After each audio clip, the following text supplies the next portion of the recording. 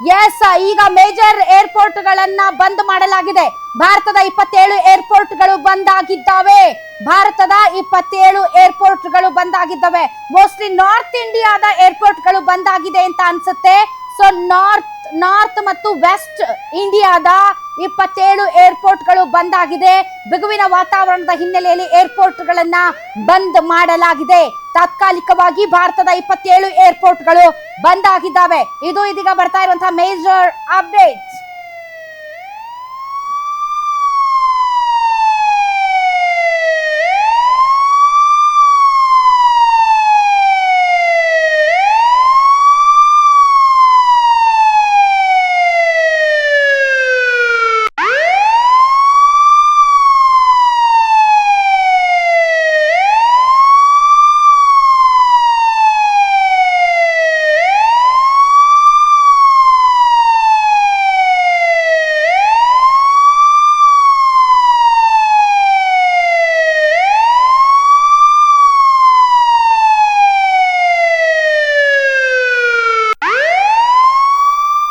ಬಹಳ ಪ್ರಮುಖವಾಗಿ ಬಿಗುವಿನ ವಾತಾವರಣದ ಹಿನ್ನೆಲೆಯಲ್ಲಿ ಭಾರತದ 27 ಏರ್ಪೋರ್ಟ್ ಗಳನ್ನ ಬಂದ್ ಮಾಡಲಾಗಿದೆ. ತಾತ್ಕಾಲಿಕವಾಗಿ 27 ಏರ್ಪೋರ್ಟ್ ಗಳನ್ನ ಬಂದ್ ಮಾಡುವಂತೆ ಈಗ ಆದೇಶ ಹೋಗಿದೆ.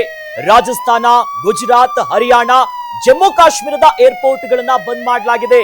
ಪ್ರಮುಖವಾಗಿ 27, ಅದರಲ್ಲೂ ಕೂಡ ಬಾರ್ಡರ್ ಅನ್ನ ಹಂಚಿಕೊಂಡಿರುವಂತಹ ರಾಜ್ಯಗಳಲ್ಲಿ ಬಹಳ ಹೆಚ್ಚಿನ ಕಟ್ಟುನಿಟ್ಟಿನ ಕ್ರಮಗಳನ್ನ ವಹಿಸಲಾಗ್ತಿದೆ. ರಾಜಸ್ಥಾನ, ಗುಜರಾತ್, ಜಮ್ಮು ಕಾಶ್ಮೀರ ಸೇರಿದಂತೆ ಇತರ ಪ್ರಮುಖ ಏರ್ಪೋರ್ಟ್ ಗಳನ್ನ ಬಂದ್ ಮಾಡುವಂತ ನಿರ್ಧಾರವನ್ನ ಮಾಡಲಾಗಿದೆ.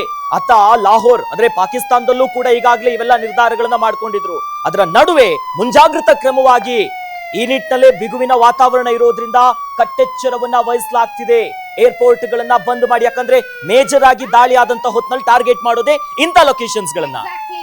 ಏರ್ಪೋರ್ಟ್ ಗಳನ್ನ, ಡ್ಯಾಮ್ ಗಳನ್ನ, ಈ ರೀತಿ ಬಹಳ ಇಂಪಾರ್ಟೆಂಟ್ ಪ್ಲೇಸ್ ಗಳನ್ನ ಟಾರ್ಗೆಟ್ ಮಾಡ್ತಾರೆ. ಹಾಗಂತ ಯಾವುದೇ ರೀತಿಯಾದಂತಹ ಪ್ಯಾನಿಕ್ ಆಗುವಂತಹ ಸಿಚುವೇಶನ್ ಇಲ್ಲ. ಇದು ಜಸ್ಟ್ ಮುನ್ನೆಚ್ಚರಿಕೆ ಅಷ್ಟೇ.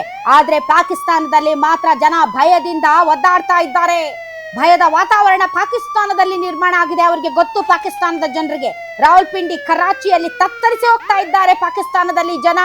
ಬಿಗುವಿನ ವಾತಾವರಣ ಹಿನ್ನೆಲೆಯಲ್ಲಿ ನಮ್ಮ ಏರ್ಪೋರ್ಟ್ ಗಳನ್ನ ಬಂದ್ ಮಾಡಲಾಗಿದೆ. ಆದ್ರೆ ಪ್ಯಾನಿಕ್ ಆಗುವಂತಹ ಯಾವುದೇ ಸಿಚುವೇಶನ್ ಇಲ್ಲ.